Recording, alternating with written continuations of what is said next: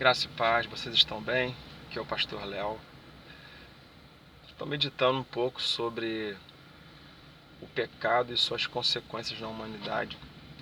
E nessa meditação eu voltei ao livro de Gênesis para entender um pouco mais o pecado original, o primeiro pecado cometido por Adão e Eva. Nós costumamos evidenciar a desobediência como o pecado, mas eu percebo que há uma estrutura nesse pecado, algo que acontece que vai culminar na desobediência. Quando a serpente começa o diálogo com Eva, ela fala: o que Deus falou para vocês com relação a esses frutos? Então a mulher fala: Deus falou conosco que nós podemos comer de todos os frutos, mas da árvore do conhecimento do bem e do mal, que está no meio do jardim, dela não podemos comer, porque no dia em que comermos, certamente morreremos. Então a resposta da serpente foi: certamente não morrerão. A primeira coisa que a serpente faz é gerar um ambiente de incredulidade. A primeira coisa que a serpente começa a criar na mente da Eva é que Deus não estava falando a verdade para eles. Então a serpente colocou, né, o Satanás, colocou na mente de Eva a dúvida sobre o que Deus estava falando, se era verdade. Depois disso, ela prossegue dizendo que Deus sabe que no dia em que vocês comerem do fruto, os seus olhos se abrirão e vocês serão como Deus, conhecedores do bem e do mal. E aí se dá o segundo problema. O primeiro é gerar a incredulidade. Todo pecado tem uma raiz de incredulidade. O segundo é gerar um sentimento de que o que você tem não é suficiente, ou de que o que você é não é de fato a verdade de quem você é. Porque se você observar, ela fala que os seus olhos serão abertos, então seus olhos estão fechados, você não está enxergando. Existe algo além daquilo que você está vendo, porque o Deus não está te mostrando tudo. E em segundo, você vai ser como Deus. Mas a realidade é que quando Deus cria o homem, lá em Gênesis capítulo 1, ele fala: façamos o homem conforme a nossa imagem, segundo a nossa semelhança. Então o homem já fora criado conforme Deus. Só que não é somente ser criado à imagem de Deus que Satanás questiona. Ele questiona de que Deus não havia transmitido para Adão e Eva a verdade.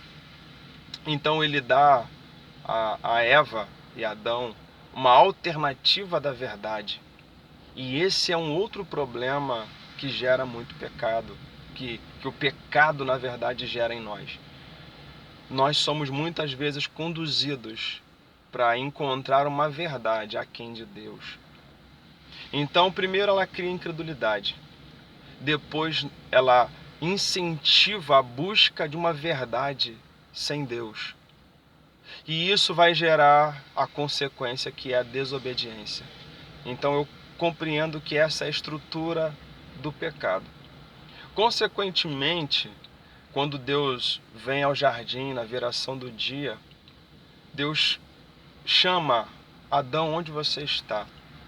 E ele fala: eu ouvi os teus passos chegando no jardim e eu tive medo porque eu estava nu, por isso eu me escondi de ti. Então a consequência do pecado após a estrutura formada é medo e vergonha, que nos tira do lugar do relacionamento ou do ambiente relacional, como eu costumo dizer, do lugar da comunhão. Se nós pararmos para analisar um pouco, nós vamos ver que todos os pecados, seja ele qual for, ele vai estar ligado de alguma forma a um desses três pontos. Ou porque eu não acredito no que Deus falou, ou porque eu estou buscando alguma coisa aquém daquilo que Deus falou, ou eu estou sumariamente desobedecendo a uma ordenança que Deus estabeleceu. Todos os pecados, eles vão estar ligados de alguma forma nesse, quando não as três coisas. E isso gera na humanidade uma consequência. Que consequência é essa? Medo de Deus. Por quê? Porque no dia em que comer, certamente morreria. Então isso gera medo. Vergonha de ter desobedecido a Deus. E, consequentemente, uma separação do lugar do ambiente relacional, do lugar da comunhão. Agora observe que Cristo, quando ele vem trazendo uma reestrutura sobre aquilo que fora perdido. Ele fala que quem crer e for batizado será salvo. Quem não crer será condenado. A Bíblia também declara que sem fé é impossível agradar a Deus. E a Bíblia também diz que aqueles que se aproximam de Deus precisam crer que Ele é galardoador daqueles que o buscam. Então, o Novo Testamento ele vai trazer um parâmetro de quebra dessa estrutura do pecado, para nos conduzir para uma estrutura do relacionamento, da comunhão. Então ele vai restabelecer aquilo que foi o primeiro ponto, a incredulidade. Ele vai restabelecer a credulidade, a crença. Depois ele vai estabelecer a verdade. E ele mesmo diz: eu sou o caminho, a verdade e a vida. Ao orar pelos discípulos ele fala: Pai, santifica-os na verdade, a tua palavra é a verdade. Por quê?